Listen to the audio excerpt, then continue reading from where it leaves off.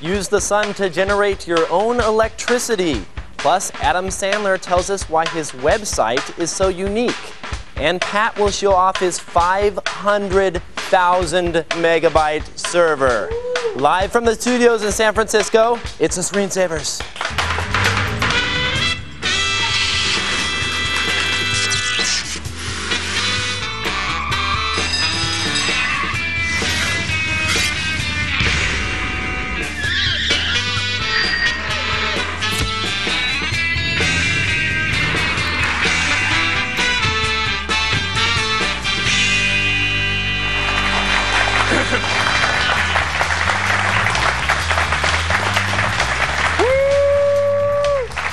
You see Patrick there? I hope Will saw Patrick because there's little Patrick, not big Patrick. Little Patrick. Ladies and gentlemen, Patrick Norton, everybody. Ladies and gentlemen, Leo Thank you very much. Yeah. Thank you. Not a Please, clap you can in the stop room. applauding. Woo! Please, no. Feeling lonely up here. You know, you tell people they're going to earn the money you pay them to be here, and they try so to pathetic. just sit there. Save the Planet Weekend on the begging for Screensavers. applause. Yeah, save the Planet Weekend. All those, all Screensavers. 9 of them, just, you know, their hands are so tired. This is a good therapeutic thing, because we want you to embrace your inner geek here in the Screensavers. Embrace your inner Sometimes geek. that means being lonely and forsaken. Hey, welcome to the show. We're glad to have you. Let's take a look at the top news stories before we get into the meat of the matter. Yeah. Your calls. Napster. No, why don't you do, should we do wine first? You know, ZDNet users are now able, this is a good one, to run Office XP on Linux. Well, you don't have to be from ZDNet. Everybody can do it. ZDNet, ZDNet reported it. I'm sorry. Users are now able to run Office XP on Linux. You couldn't do this before. Wine could kind of barely run Office at all, and not XP. Yeah. But the folks who do Wine, the Code Weavers people, have released a commercial package. It's not open source. A commercial package costs you, I think, $50 or $60. Right. That will support all of Office XP except for Outlook and Access. It will also on Linux. What? Yes, sir. Could you just download OpenOffice for free? Yeah, you skip could. Wine and skip running You Office could, XP for a but lot for of money? people who have to use these products for work, for instance, like us, we have to use Lotus Notes, which is about the worst email client I have ever used. Well, it's not in an my email life. client, Mr. Laporte. It's an entire dynamic, database-driven work utility. It's a dynamic, database-driven piece of junk. Stuff. Yeah. Anyway, if you had to use Lotus Notes, you can now, because Wine, and also Photoshop. You know, yeah, there's GIMP for Linux, which is probably as good as Photoshop, but if you have to use it, $55. It also supports Intuit's Quicken. And there really isn't, there are some attempts at Quicken-like packages on Linux, but there's nothing like Quicken. These are all programs, they're heavily used, they're heavily supported, people love them, and you know what? If you've been afraid of moving to Linux because you don't have one of these applications, Now you can. Now you got a Now way to you go.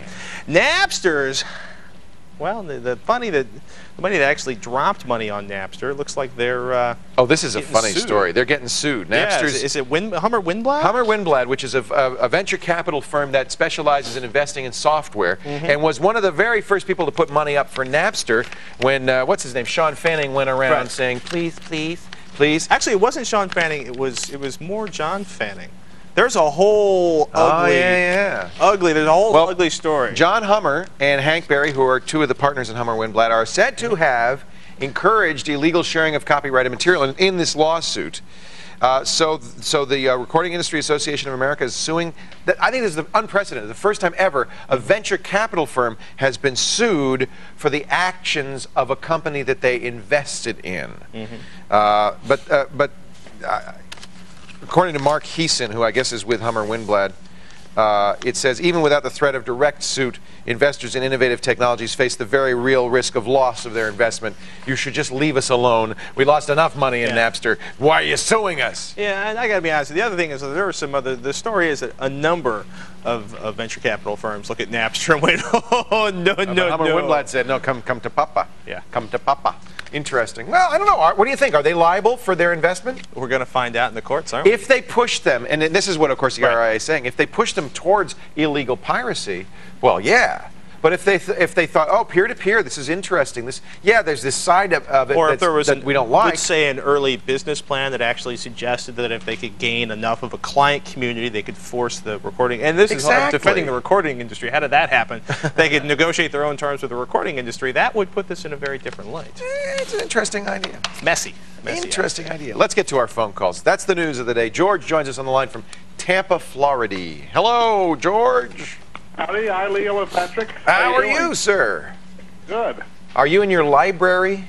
No, I'm outside by the pool. Oh, I see. That's a fence. I thought it was a stack of books. You're outside by the pool. Yes. That just makes me see red. This is great. What a life you have there. And is it a beautiful day in Tampa? Oh, it's gorgeous. Oh, look at this. It's about 80 degrees right now, but it's really nice. Pool cam. Well, what can we do for you today, George? Well, what I'd like to know is I have a digital camera, Yep. and I use a lot with my laptop to edit films. I'd like to be able to use that same camera for video conferencing in that meeting. Yes. Because it has a lot better resolution. Oh, it looks much better, doesn't it? Yes. You can do that. It just depends on the drivers for your FireWire card. I do it on Mac all the time, and I get great results because you're absolutely right. The camera on most netcams is cheap. Yeah, well, it costs $100 for the netcam. How good could the lens? Well, it didn't cost $100. It cost like maybe $5 or $10. Yeah, I mean, out of the whole cost of the netcam, the lens and the CCD can't have been very much. So obviously, a $1,000 camcorder is going to look a heck of a lot better. So basically, it depends on whether or not NetMeeting or whatever your client you're using to video conference is going to recognize the 1394 driver. Yeah, and in most cases it will, George, because what happens with the 1394, you plug it in, and Windows recognizes it as a standard media device. Right. And then as long as NetMeeting can see that camera and its drop-down, it's going to be fine. So have you tried it, George? I mean, that was the reason for the call. I have tried it, and NetMeeting does not recognize it at all. It doesn't see it. Have you tried using a different video conferencing client? Question mark? Yeah, I tried CUC-Me with the same result. It doesn't see it at all. You're using FireWire, of course. Right. And what card, what IEEE 1394 card are you using? It's built in my Sony laptop. Okay, so it's part of the laptop. Ah, it's a Sony laptop. Unfortunately, Sony has done some oddball things, and I know this for a fact, with its drivers and so forth on these VAIO laptops. They're kind of non-standard. And I've heard this before, that this is an issue. If you had a standard kind of, a 1394 card that you'd plugged into your PC desktop, I think it would show up in NetMeeting. But I think because Sony is using an oddball driver for its FireWire, for its, they call it iLink connection, I think that's where your problem lies. It's funny, some Sony cams that have a USB connection will work with NetMeeting. That might work. That might be another way if you had a USB connector. That's, you have a specific situation that is unusual, George. Let's put it out to the peanut gallery, the people who are watching the show, to email me, leo@techtv.com or nicole.c@techtv.com. We're what model VAIO is it, George? It's it's one of the older models. Okay. And it's, what kind of camcorder are you using?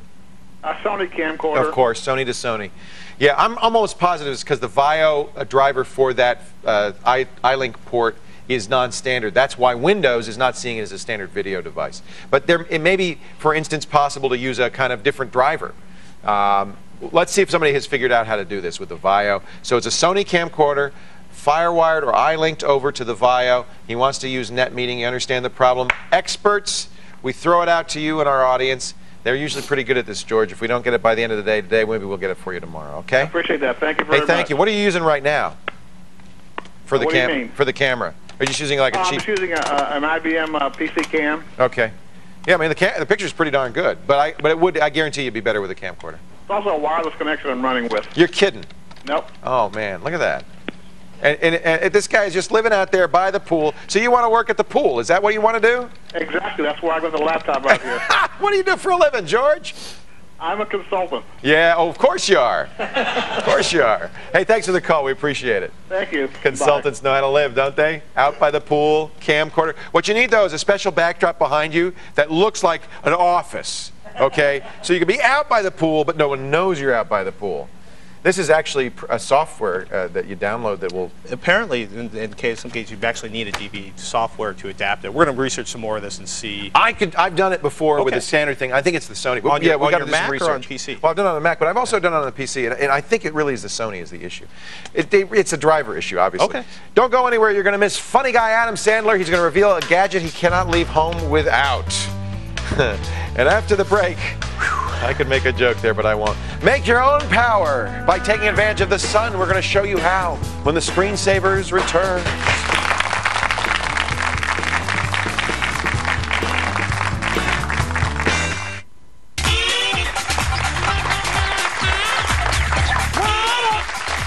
Welcome back to the Screensavers. Save the Planet Week all week long on Tech TV. So we're talking about technologies that can make a big difference in the environment. Yesterday, remember, we talked about how wind can be converted into electricity. Today, we're going to show you how the same thing can be done with the sun. Solar power is something we've all seen, but there have been some big advances in solar power technology. To explain it all to us, Mark Liffman, he's the VP of Business Development at a company called Solar Depot that specializes in outfitting homes. And you actually, Solar Depot has distributors all over the country, right? Yeah, we call ourselves a distributor, and we sell through our dealers all over the country. Dealers, I should say, yes. Primarily, though, in California. Yeah. Because 90% of the solar market in the United States is right here in California. Isn't that funny? Now, at least the on-grid market. That's because we have a lot of sun, but I mean, Arizona has a lot of sun too. Why California, do you think? There's actually three forces that you need all at the same time to have a good solar market. Right. The first one is, of course, good sun. Right. You have that all over the Southwest. Yep. The second one is expensive electricity. Arizona's got very cheap electricity. We have very expensive electricity. We have very expensive electricity. Yeah. The third is a good state program with background laws to enable it. We have net metering here, which allows us to feed electricity back to the grid. And we've also, talk about that in a second. And we've also got a program where the state of California will pay for about half of the cost of your solar system. That's huge. The tax credits are huge. The tax credits are enormous, actually. Yeah. And those three forces, California is really the only place in the country that has all those three forces. And the result is an absolutely flourishing market for solar in California. This is a solar panel, and all solar panels do the same thing. They take light and they convert it into electricity. Exactly. This is a little different, though, than the ones I've seen. I used to see the ones with the circles. This one looks like it's got little crystals in it. Tell me how this works. Right. So what you may have seen before is ones with the polka dot. The dots, yeah. Yeah, those are single crystal cells. One big crystal? So there's just one big crystal. Each of those dots is one big crystal. Yeah. This is a polycrystalline panel. So each of these cells, these squares here, has many crystals in it. Yeah, you can. You can see it. It looks like plywood or something. What is the material? What is that crystalline material? It's just silicon. It's the same stuff you make your chips, your computer chips from. And how does it work? How does it convert light into electricity? Basically, what happens is a photon of light comes in, knocks an electron loose here. Okay. And the silicon material is basically set up like a diode. Okay. So the electricity only flows in one direction. So it knocks an electron loose, it flows around the circuit to power whatever. That's what these wires are? They're picking up the loose electrons? Exactly. All these wires, they pick up the loose electrons, they send it back out into your house to power your blender, your computer, whatever. It actually comes out the back here. There's a little wires. These would get hooked up to the... The electrons come out one wire, go through your house, and then go back in the other wire to the back end of the cells. And they replenish the silicon crystals? Exactly. So they never lose any electricity. You're never gonna run out of electrons here. They just move around in circles. Now we're seeing a huge array of solar panels. How much electricity can a panel generate like this? This panel is a 150-watt panel, which means under standard test conditions, which is 25 degrees Celsius in a laboratory. Right. Certain amount of light at one sun, which is a standard amount of light unit, it will produce 150 watts of power, of instantaneous power. To power an average home, how many of these would I need? To power your smaller sized average home, you would need about 20 of these. Oh, that's a lot. Your bigger sized average home, you need about 40 of these. And I'd need full-time sun, or how often do I need sun? No, you need the type of sun we have in California. Which is what, 60% sunny days, which 50, is, 80? We've got a great climate here in California because we've got really very good sun in the summer. Right. Which is, these produce most of their current in the summer. Right. So you really need the clear days in the summer. The winter cloudy days don't have much of an effect on the system.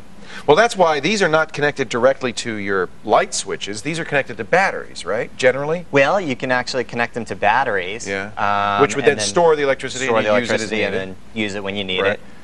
Or you can just connect directly to the grid. Now that's the interesting thing that happens here in California a lot, because the electric companies are mandated, they have to buy electricity back from you at the same rate that you would pay as a consumer to buy it from them. Exactly, Leo. They have to buy it at whatever high price you're paying. So if you're paying 15 cents a kilowatt hour, they have to buy it back at 15 cents a kilowatt hour. So the power from that panel goes into this, which is just a big inverter. It turns the DC into AC power. Exactly. Right? It does two things, actually. It tracks the peak power output from the panel and then changes it from DC to AC power, usable in your house and usable to feed directly back to the grid.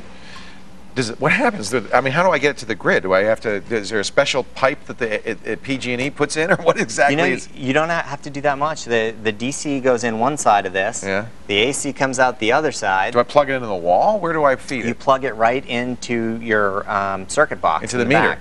If you have an open circuit, you plug it right in there. Yeah. And then your meter, most of the meters that are installed today can go in either direction. It spins backwards? It will spin backwards. So in effect, I'm not storing the energy, I'm sending it back to the utility. Right. I can use it later, but I'm getting a credit for the electricity I'm pumping into the utility. So in effect, we're all generating power that everybody uses. Exactly. You're feeding it right to your neighbors or somebody right down the street. How much of the power that's used in California is generated this way? Do we know? It's only a small fraction of a percent right now. It's about very small. 0.2, 0.3% of the total power. But remember, once these systems are installed, they're going to generate power for 25, 30, 35 years. So that will be cumulative. Every year, we get a higher and higher percentage. Right. And it's not like we need to put a new system in every year.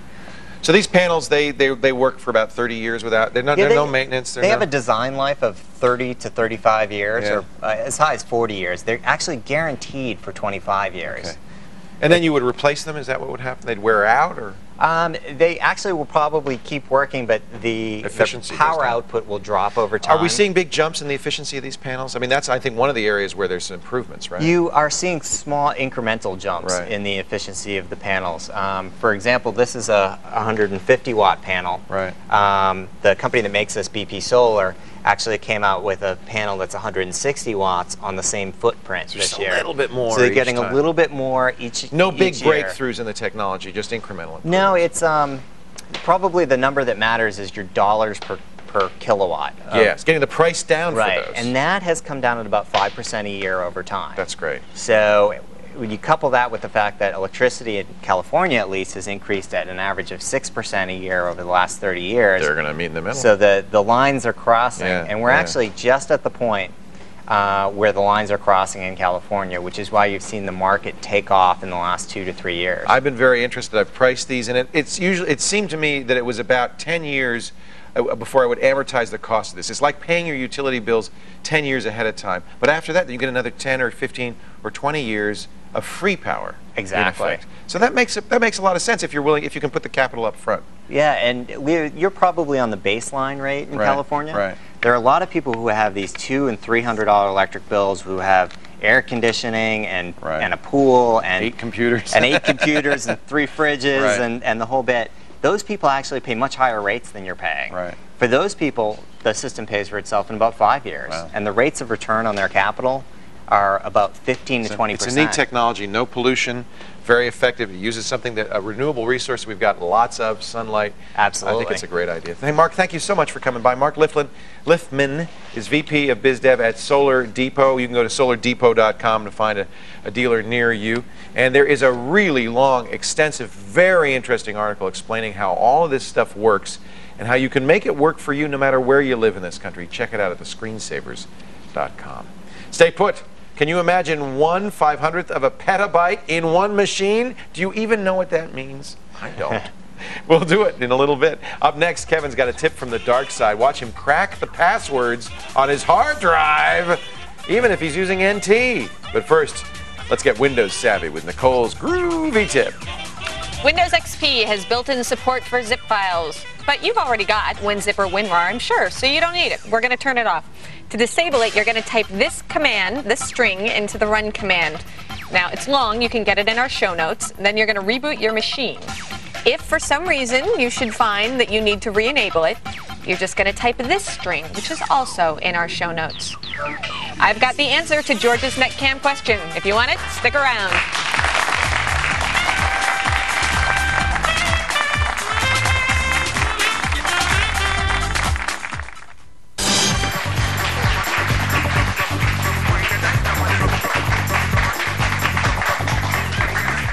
Oh, we're all blurry. We're all blurry. Welcome back to the Screensavers. You were right, Patrick.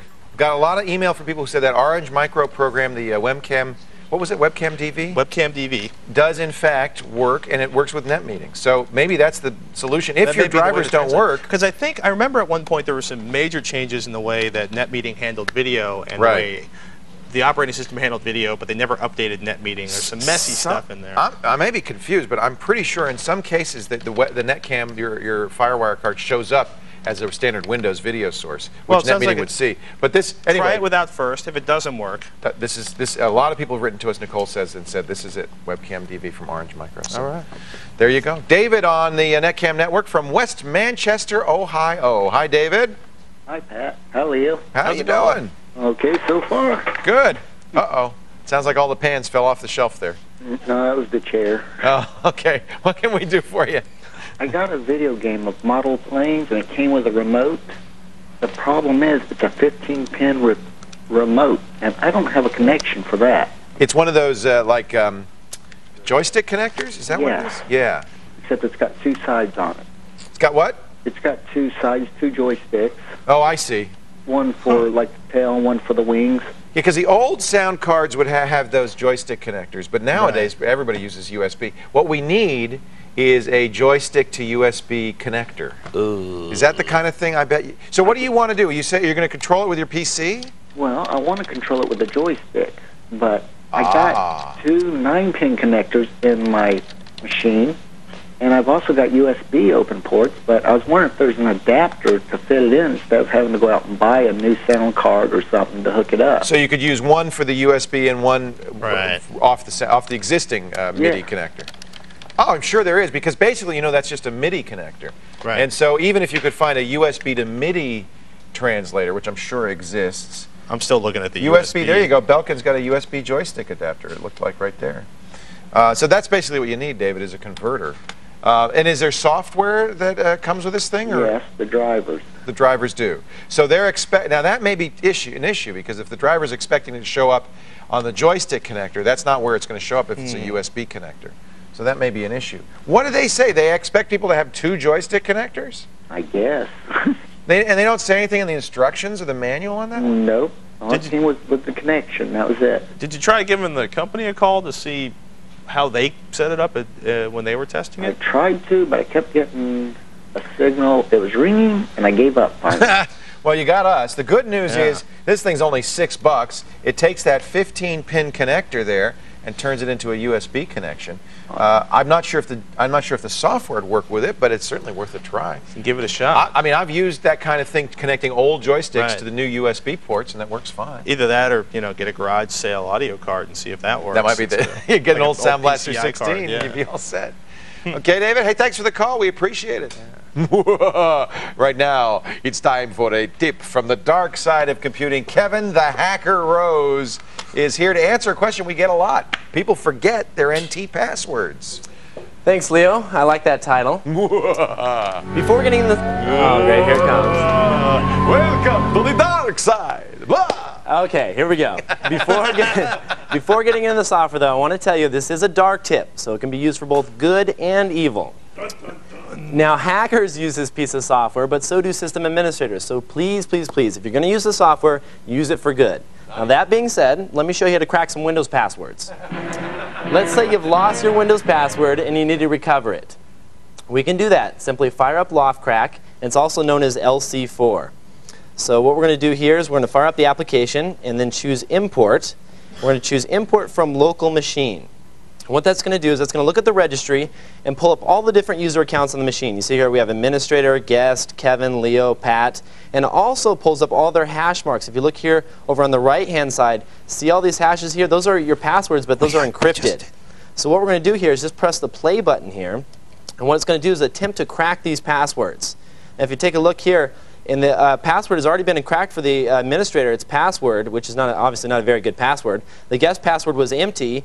My password, it still doesn't know the first few characters, but it has the last two, which is IN. Leo's password was cracked right away because it was in the dictionary. It was Link. Pat's password hasn't been cracked. Hey! So let me show you how we did this. If you look on the right-hand side of the screen here, you'll see under dictionary status here, it's gone through almost 30,000 dictionary words to try and crack the password. So first thing it does is look to a dictionary. It says, is the password in a dictionary? If it's not, then it goes down to the brute force. So if you look underneath this here, we have what's called the brute force attack. And you can see here's the actual current test, the current password that's being run across the hash marks to attempt to crack it. So right now it looks like it's attempting to crack a little over 4 million passwords per second. It's running against these hash marks to attempt to crack the password. So and this they're is totally take random too. Look at them. I mean, they're not dictionary words. They're just random letters and numbers. Yeah, there's random letters and numbers. That's what it does after it can't find it in the dictionary. It just goes to completely random stuff. Just shows you how bad the password system exactly. is. Well, the cool thing about this is even if you're not going to use this to crack passwords, you can also use it to check your own personal password to see how secure it really is. And you can also do other things. This has a packet sniffing feature built in to where you can start it up and it will actually sit on the network and take a look at the passwords that are coming across the network and see if it can crack those as well. So if you want to crack the passwords or even test the strength of your passwords, LoftCrack is available as a 15-day trial download. I have a direct link to it on the article that I put on the screensavers.com. You can download it right now and start playing with it. And also, if you have any great ideas for dark tips like hacks, cracks, freaks, backdoors, exploits, wares, viruses, spam, whatever, email it to me, kevin@techtv.com. I don't care what it is, just email it to me and I'll check it out and we'll try and get it on here. Leo, Pat? Send your viruses to Kevin. I'll take the viruses. What the heck? Not to us. No, I think that's great. You learn something by looking at this stuff. These hacker tools tell you how easy it is to crack this stuff. I mean, keep this stuff in mind. Folks, don't go anywhere. You're going to miss your favorite goofball, Adam Sandler's super cool website. And still to come, well, we've come a long way since my first hard drive, a big 5 megabytes. Woohoo! Ready for 250,000 megabytes? We put 2 of them in a server to show you right after these messages. Wait, is it 250,000 or is it 200?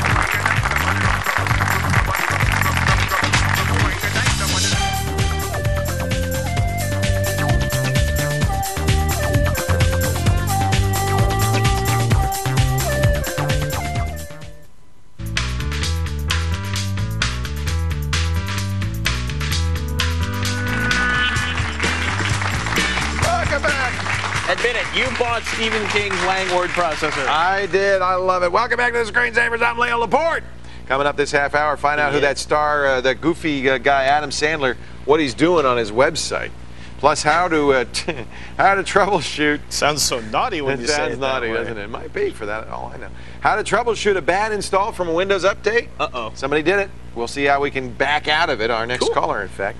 But I want to remind you right now not to forget to register for install this week's Screensavers LAN Party, powered by NVIDIA. You will want to install the Quake 3 mod that we're going to be doing. Akimbo, that's that two-fisted, gunted. Look at that. Look, there's a machine gun and a pulse. Yeah. Joshua loves this thing. Thinger.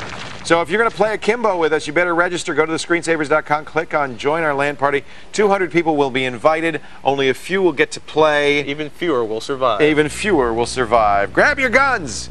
We'll see you Thursday at the Screensavers LAN Party. Those invites will go out after the show tonight.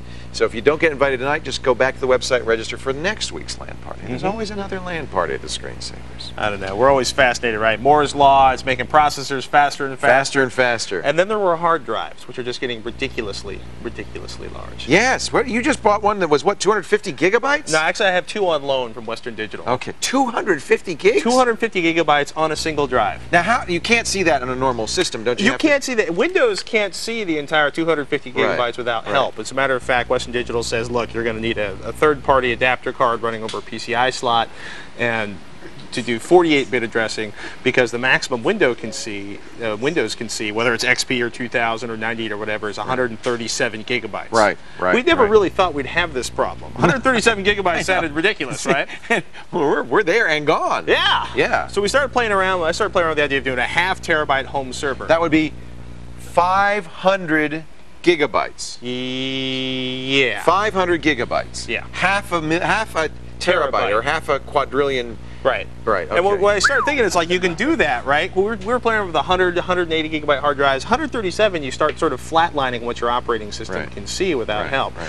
250 gigabyte hard drives, you know, I set them up and I If you had two of them, that'd be it, right? Yeah, that would be a 500 gigabytes. Sharing them gets a little sketchy though, because we just talk about file servers. File servers for us is just a place to stash your files, whether you want backup files, whether you want to have central access for all your MP3s. A lot of businesses use them where they'd have a centralized database, you know, place that everybody can access stuff. Right. If you're a business, you want RAID 5 redundant drive protection, spreading the load, so if one hard drive fails, you just slap another one in and everything's saved. But a lot of people now at home are sharing huge files, video, MP3s.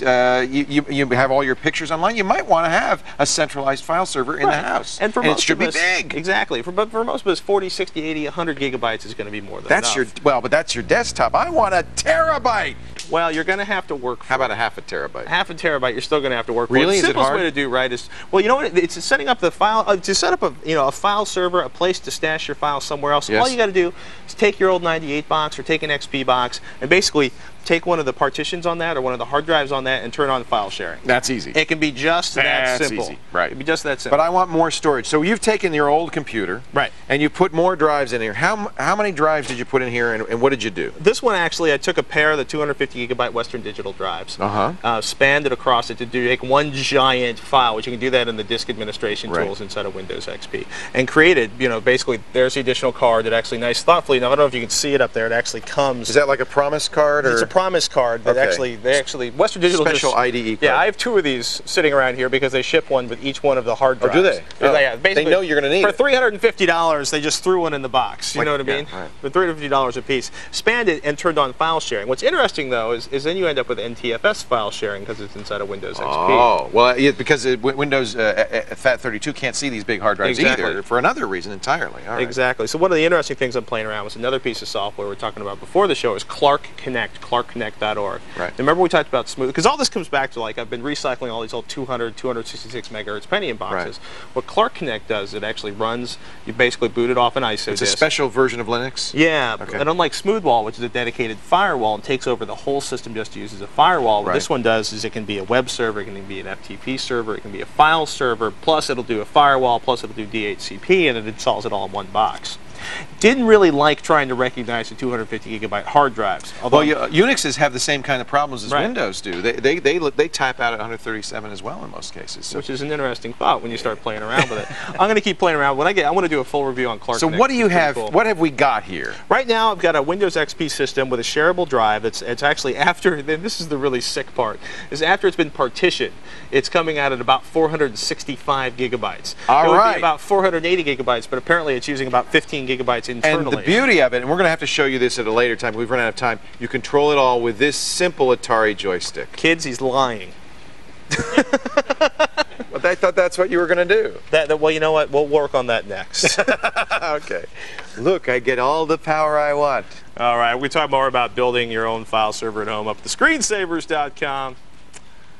And you know what? I'm just going to run away screaming. Stay where you are. Mark had a bad date with Windows Update. So how does he erase his update from his system? So hard to forget bad dates. That's coming up. But up next, Morgan finds out what Adam Sandler can't leave the house without.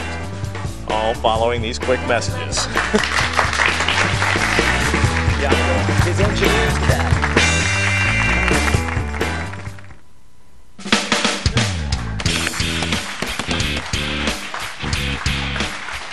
I can tell you have children because you define quick like a bunny. Quick like a bunny. I say that to my kids all the time. Get in the bathtub, quick like a bunny.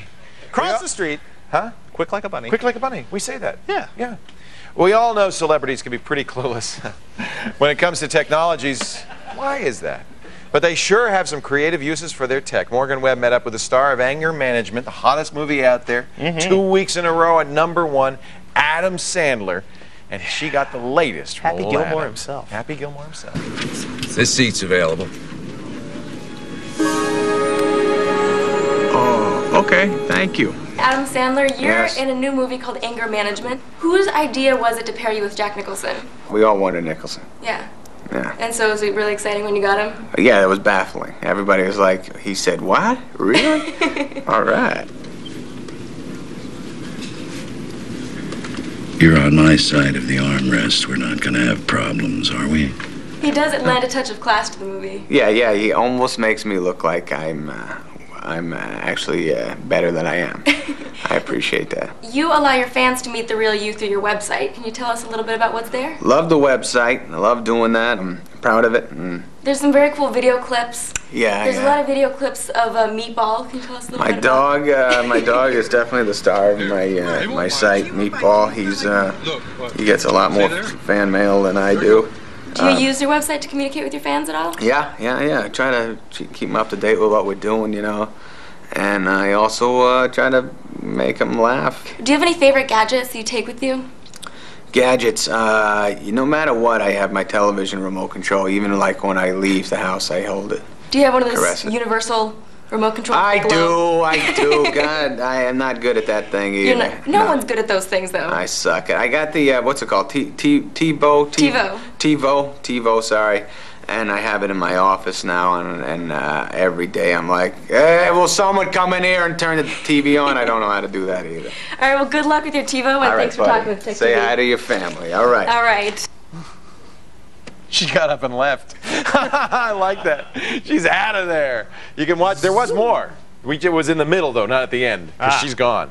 We can watch the full interview on our website at thescreensavers.com. Morgan's learned to do that. She gets out of there before he asks for the date. Hey, you know it works every time. Who can blame her? Yeah. You know what? It's time again to check in with our bud Sumi Das to see what's coming up tonight on Fresh Gear. Sumi? Leave Adam Sandler alone. I like him. Do you like him? I do. I'm not sure that I'm gonna like Anger Management because I haven't heard the greatest reviews from friends, but I loved Punch Drunk Love. I don't know if you guys saw that. That's supposed to be wonderful. No, I haven't seen that. Almost as good as his work in Happy Gilmore. Punch Drunk Love was not an Adam Sandler film, though. Exactly. Yeah. But he is Adam Sandler in it. You can tell that you know the same personality is sort of driving the character. I think he's kind of a likable guy. I mean, I kind of like him. Yeah.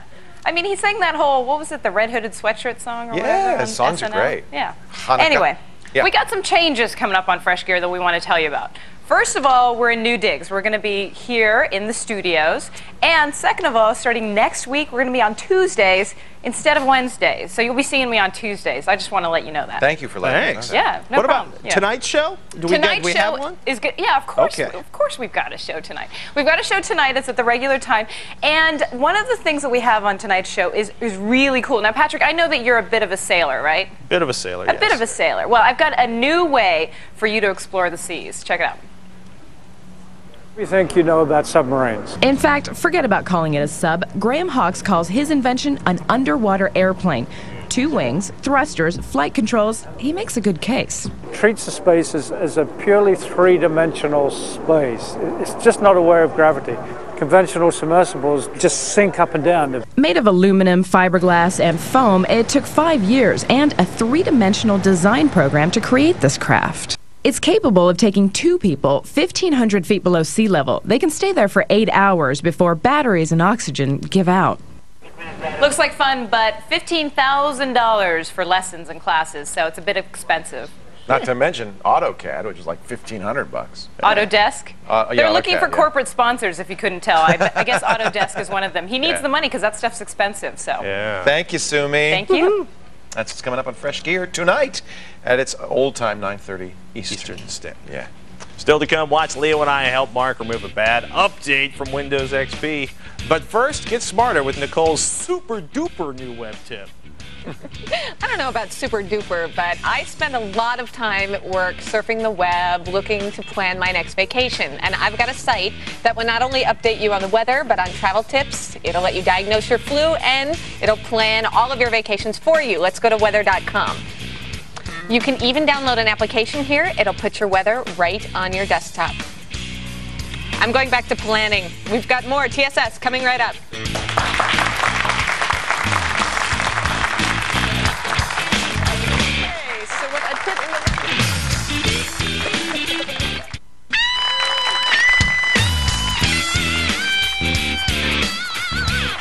Join the KISS Army.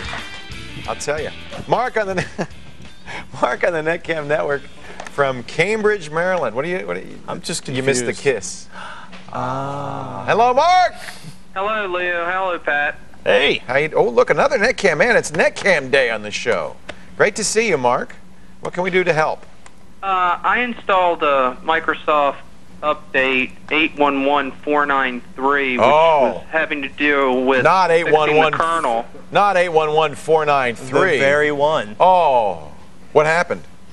My whole system's been slow. Programs open up Really? slow. Problems with my antivirus, all kinds of issues. Really? And you said it was a kernel update? It was a kernel update. Security update, though, a critical update? Correct. Yeah. It was over 5 megabytes. I apply them all the time. When did this one come out? This one came out on April the 16th. April the 16th. We must have applied it. I'm sure it's one of these. What was the number on it again? It was 811493. That one. There it is. We've been running it. Well, you can see that if you go to Add Remove Programs, you can remove it. Have you tried that?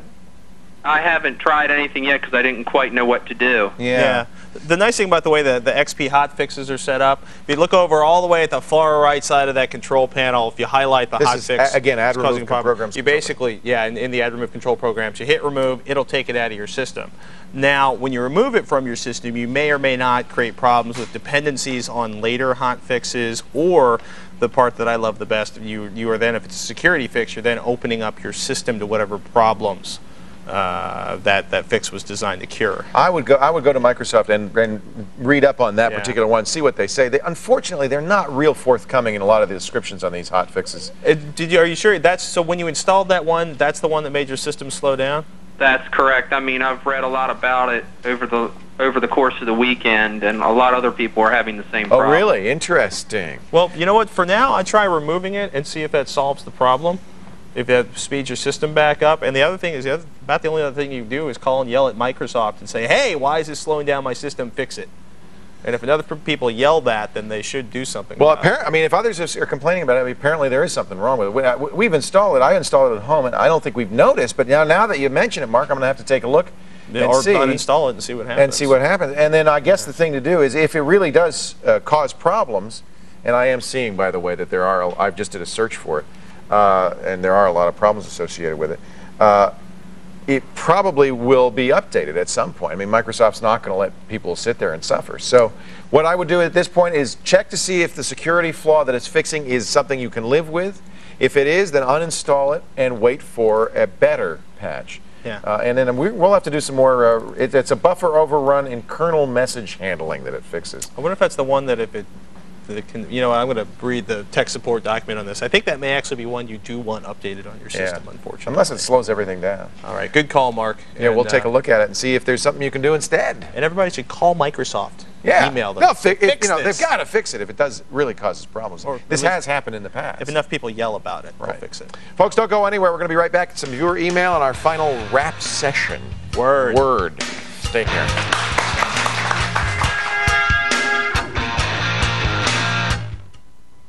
Coming up, Help the Planet Week on the Screensavers continues. We'll show you how to generate electricity in your own home with solar energy. Good stuff. Plus, nutty madman Adam Sandler. He's going to talk about a rather peculiar and innovative website. And store a library of 130,000 MP3s on a ½ terabyte of file server. Next on the Screensavers. Be sure to catch tomorrow's program. Build your own launchers, one that shoots potatoes even. With the best-selling book Backyard Ballistics, the author will be here making us get in trouble. Yoshi's latest mod, a military ammo case. It's his new PC, and it looks really sharp. Plus, we'll find out what's new in the blogging community. Sarah Lane's going to begin her regular blog updates on tomorrow's television program. So I've been reading up on this. Very interesting. A lot of people have reported problems with this 811493 patch. However, it seems to be one fix, and one you should try, is disabling the auto protect feature of your antivirus seems to fix the slowdown. So there's some interaction between the patch and the antivirus. Now, frankly, the patch only fixes a problem that happens if somebody's logged into your computer or figures out how to log in. So the antivirus might be more useful than the patch. It might be better to uninstall the patch than turn off your antivirus. However, try it just to see if that's what happens. Apparently it happens with Norton, McAfee, and Easy Trust antiviruses.